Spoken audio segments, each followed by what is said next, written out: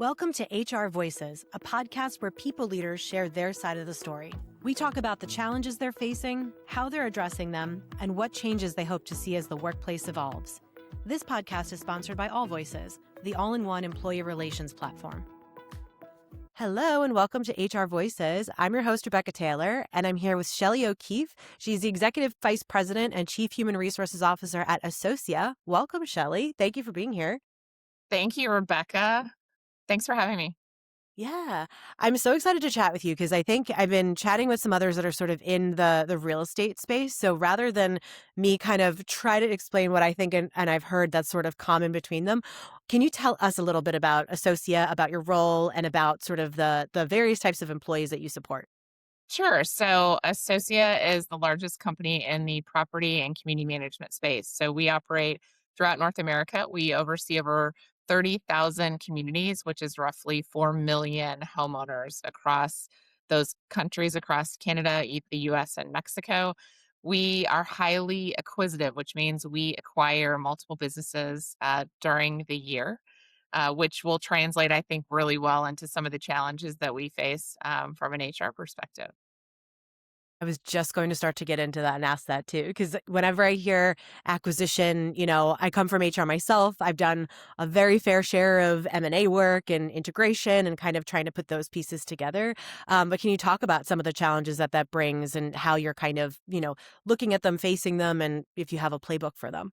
Yeah, of course. So, like I said, we grow primarily through acquisition. We joke internally, both in my HR team, but also as an executive team, that the best problems to have are growth problems. So I do understand that as we talk about the complexity that all of that acquisition brings, that it's still a good problem that we have. At the same time, we integrated 16 companies on January 1st into our HR platform and onto our benefits plans. So what's interesting about that, it was a lot of work. So, what's interesting about that is I think the biggest challenge is trying to keep a global united culture as a company, but also allow for local differentiation. So our business is neighborhoods and communities. And so everything is very local. People want to connect with their neighbors and their communities in a very local way. At the same time, we're a global company. And Right. so it's the flexibility between bringing everybody into standardized platforms, whether that's on the client side or on the employee side, but also recognizing that your employee experience is influenced most directly by your leader and the colleagues that you have around you. And so, how do we recognize and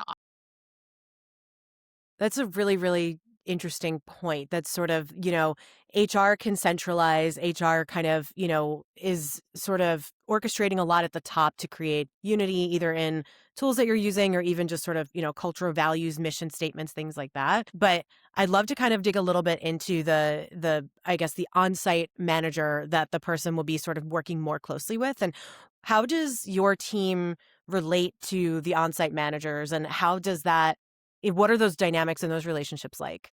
great questions. So, we call those managers branch presidents. So, we have over 150 of those across our network. And we really treat them in two different ways. So I will say one way is more on the broader, large organization side, and we call those our core branches. And so they're the companies that have been with us 5 or more years. They're a little more into our established rhythms. And we work with those leaders to really talk through the core competencies, the core values, and how do you create an associate culture within your local environment. That's one group. The other group is our newer acquisitions, and a lot of them have seller owners. So those individuals are used to running their own shop. They're used to kind of being the master of their domain. And so we do actually treat them differently and allow them more freedom and flexibility, even in keeping some of their things that are core to them. So if they founded their company on some specific core values, instead of taking those and putting the associate values in place, we talk about alignment. So, what about that company? What about those values align with the broader associate platform? And over time, the goal is to bring them more broadly into the fold. I love how you're describing that it's you're kind of letting them work at their own pace to an extent, right? And, because that was always the hardest part for me in acquisitions, to be honest. Yes, there's the integration of the platforms, there's the technology, there's that stuff. But I always found that the most complicated and hard part was sort of helping people to navigate identity in a way. And overcoming that sort of us versus them mentality, especially when you're looking at someone who may have been at the company that was acquired for a long time. Maybe they even founded it, they've built it, it's their pride and joy. And now it is sort of this identity shift to kind of be part of a bigger organization. And I've seen companies sort of say, your last company's dead. It's dead now. It no longer exists. You're us now. And that's the fastest way to just erode trust, any kind of trust that might be there. So I love that you're kind of letting people, sort of work at their own pace and get there when they need to get there. Because in the meantime, they're still taking care of the people who are, in the community. They're still doing that important work. And I just think that's really cool how you're doing that. What you said about identity, I think that's really important. And actually, that's going to be one of my takeaways, even from this conversation. Sometimes in the acquisition integration process, we focus on control. And as Hmm. we integrated all of these companies that I mentioned for January 1st, there is a real loss of control from those local leaders, those local HR team members of now you're going to do it a different way. You're going to do it our way. But I love the flip that you just provided around maybe instead of focusing on the lack of control, we understand it on a more human level as the loss of identity or the change of identity. And how do we then help all of these leaders and the HR counterparts that sit next to them in their local branches really think through that evolution of identity instead of a loss. So it's Yeah. just as you and I change, regularly, Yeah. how do we allow for those different companies to experience their identity is evolving as they're part of this broader company? Yeah. I think and maybe that could be a takeaway for, anyone listening to this too, is I think that we can tend to over process change sometimes, and change does need a lot of process. And, most change initiatives fail because of a lack of process. We've done, we know this, right? But I really think that when you think about how much time we spend at work, especially in the US, like our identities are very much wrapped up in work. So even something as simple as, I remember I was doing an acquisition once, and the acquiring company called sales reps sales representatives, but the company that was acquired called them account executives. And so even just, I'm no longer an account executive, I'm now considered sales representative two, or whatever that was there was you can't, I guess you can't skip that part, because that's the part that it's in those little tiny interactions that might seem like not a big deal at the top when you're trying to juggle a lot of things at the same time. But that's where you really have the chance to kind of hear an employee out and help someone to kind of build that trust, feel heard, feel seen, which is mostly what people just want. They just want to be heard. And, I think it's cool that you're doing that too. That's a fantastic example because that title, while it might seem little to the company that is making the change, meaning we're the ones imposing the change on all of those employees, that can be really impacting on that individual level because there is a difference in the way I think about my job as an account executive versus as a sales representative. Those are very different. And I think sometimes our tendency as the bigger company that comes in and making the change is to just do it and move on because we have all of these other things to get to. And so I think it's about how do you intentionally create space and create some acknowledgement of these are changes. Besides, obviously, people take pay and benefits and those things very personally. But to your exact point, things like job titles that have to change because they align to the titles that we have in our HRIS and our Yep. compensation The models and levels. all of the Yeah. things those are still big changes for people, and we have to make space, and I'm not saying we are good at that, so I wanna put that out I don't think there, anyone is very but good at it, to be fair. yeah, It's because it's hard, because right? we But have a yeah. process that we have to go through, and we're Right. all checking boxes to a certain extent because it's very complicated work, but to your point, people wanna feel heard and seen, and how do we create space within the process, within all of the checklist items that we have to accomplish, for exactly that? Yeah. I found that it's kind of it has a lot to do with urgency, because we feel an urgency usually to go through our processes and say, "Come on, let's go. Let's get this done. There's so many other things ahead of us." And it makes sense in businesses, move fast and break things and all of that stuff. But I know that now, thankfully, I think people are, pivoting from that a little bit. But there is still always the sense of urgency to kind of just get things done fast. And it's, I've been doing this work myself. We talk about this a lot, even at All Voices, is sort of let's put things in perspective of, is this really something that we need to rush through, or is this something that can take a little bit more time? And is it really, what are the things that truly are urgent and important? And what are the things that can happen, more slowly and evolving over time? Because there will always be work for us to do. There's never going to be a lack of work. There is never a lack of work. That's so true. I mean, I would say that's why it's important to listen to things like this or to meet with colleagues and to network because otherwise, we do get stuck in our own urgency trap and everything, and moving everything towards the specific goal. But like I said, I've even benefited already from this conversation, and hopefully the audience benefits from listening to it because it's where you get new ideas and you can stop and think. But we as leaders have to pause and we have to make time intentionally for our own growth and development so that we can learn these new things and think a little bit differently about all of the work that never Yeah. ends. Yeah, yeah. And it's funny because I think that there are a lot of people that are kind of starting to balance that out a little bit now, especially when it comes to learning. We're sort of in this time where we're all trying to learn AI at the same time, broadly speaking, right? So that's the example that always just sort of comes up. It's like regardless of the size of your company, most HR folks are grappling with what do I do about AI? And so that's another one where I'll advocate for just like you don't have to move so fast that you're just putting AI on everything without really knowing what's going on, but you do have to start to take some steps and learn.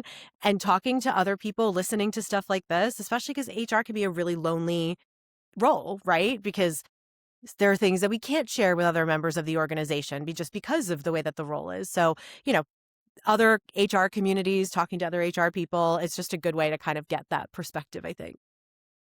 My example on that, and it helped me flip my perspective on AI. It was a couple years ago, and I was at a conference. So I was listening to someone, and I think we are all, you had a great point. We're all thinking about this. And I think the question we're asking ourselves is how do we incorporate AI into our processes? How do we help our workforce learn AI and all of those things? I think that's the wrong question.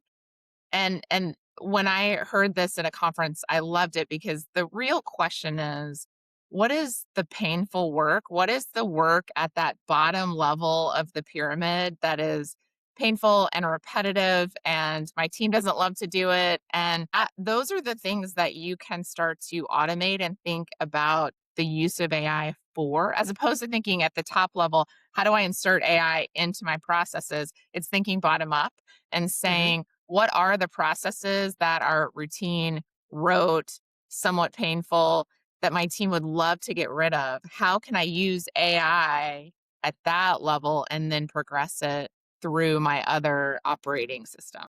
Yeah. I think it goes all the way even up to job descriptions.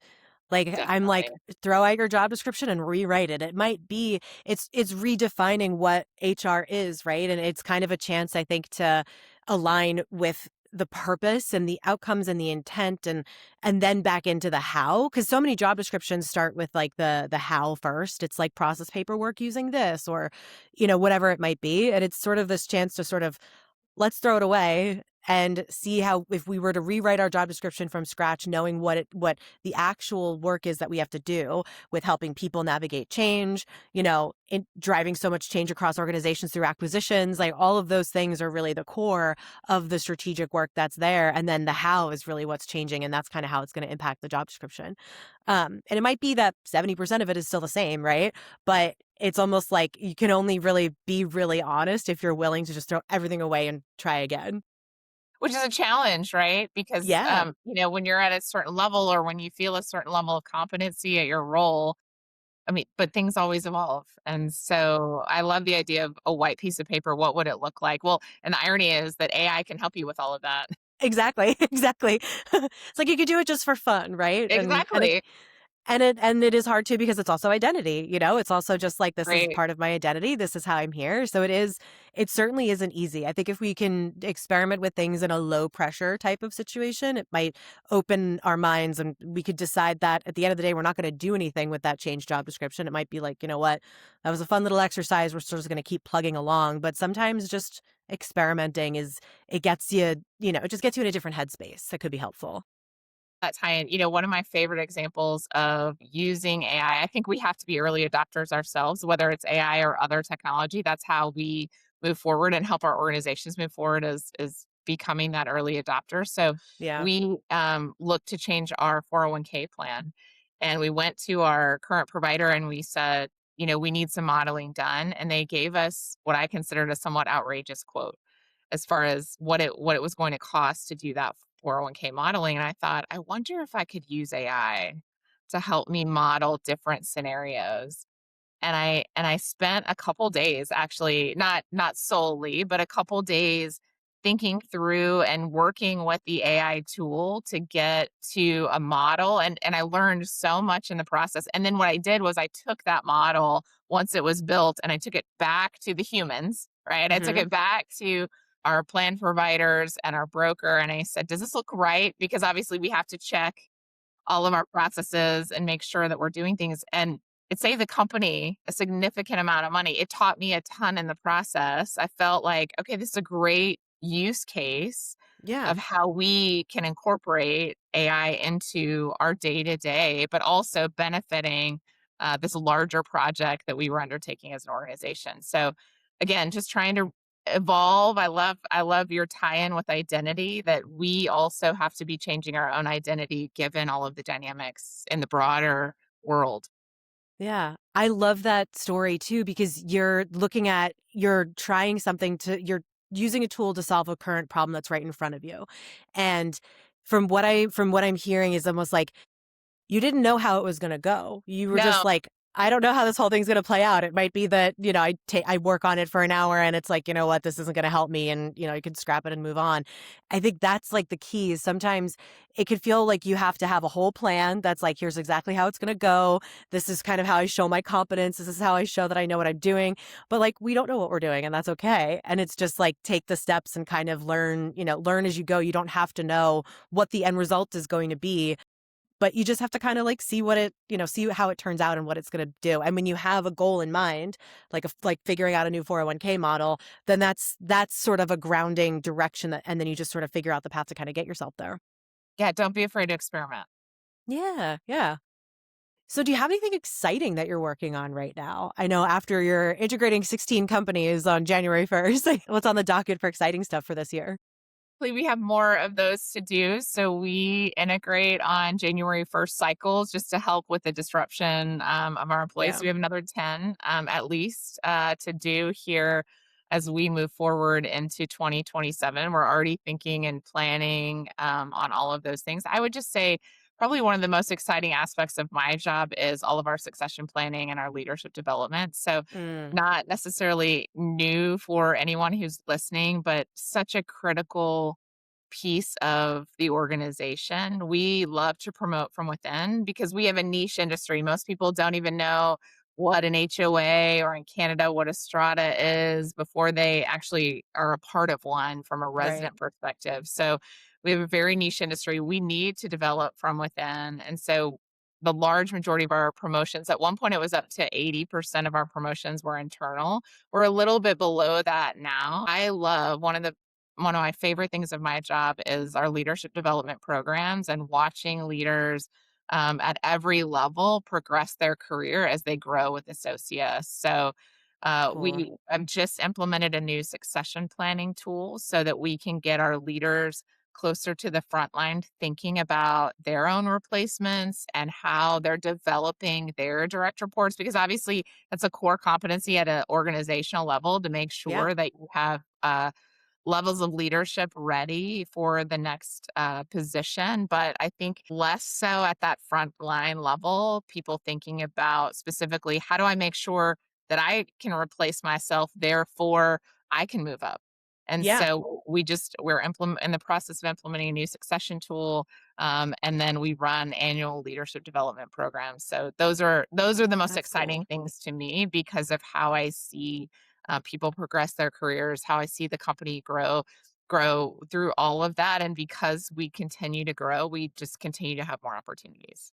I love that. That's sort of the space that's very near and dear to my heart too. So I very much relate to just wanting to see, people grow and find sort of a path for their career where they can form a life around the work that they do too. It's like seeing someone get promoted isn't just about, they're achieving something. It's just like they're also living their life according to what their job allows them to do, right? So the money that Totally. they're making, the flexibility, the benefits, and so knowing that, that's something that someone can really sort of take and see and grow is really cool. And, you have thousands of employees, right? So, retaining people, growing people is really, really important because it'd be really expensive to have to replace everybody all the time if they were leaving. Especially yes, especially because we can't really pull from anyone, even in our space since we're the largest. Yeah. So even pulling from competitors is a challenge, not just because we're the largest, but also because we do things differently. And so Yeah. we really do have to invest. It's a great have to. We have to Yeah. invest and make sure that we are developing all of our employees and our leaders from. Yeah. That's awesome. Sounds like a really great place to be part of. So I love It is that. a great place. It is a great place. Hopefully, I think that. Hopefully, every CHRO believes that about their organization. If not, they might be in the wrong position. Yeah. But I Yeah. absolutely believe we have a great place to work. Yeah, and you're a huge part of making that happen, like you said too. It's just like if someone doesn't feel that about their company, then it's either change it or maybe it's just not the right place for you, and That that's make a okay change. too, right? Yeah. Yep. Absolutely. Well, do you have any closing thoughts before we end? I would just say for everyone, I loved this conversation, Rebecca. So thank you for the opportunity. I would just encourage everyone who's listening to continue to develop yourself. We talked a lot about how is your identity, how is all of our identity changing. One of my favorite things about my career is how I've grown and changed over the years. So congratulations to all the listeners who are listening and trying to learn and improve their skills given their own goals and given the dynamics and the environment. And so just say, keep doing that because we all can get better and we all have to evolve, which is exciting, even if it's a little challenging. Yes, could not agree more. Well, thank you, Shelley. Thank you for sharing your insights, your perspective, and for letting our audience in on a little bit more of kind of the work that you're doing too. I know learning by example, hearing what other folks are doing is really a key part of why, we have this podcast. So thank you for being open and sharing. And I hope everybody listening has a great day. Bye.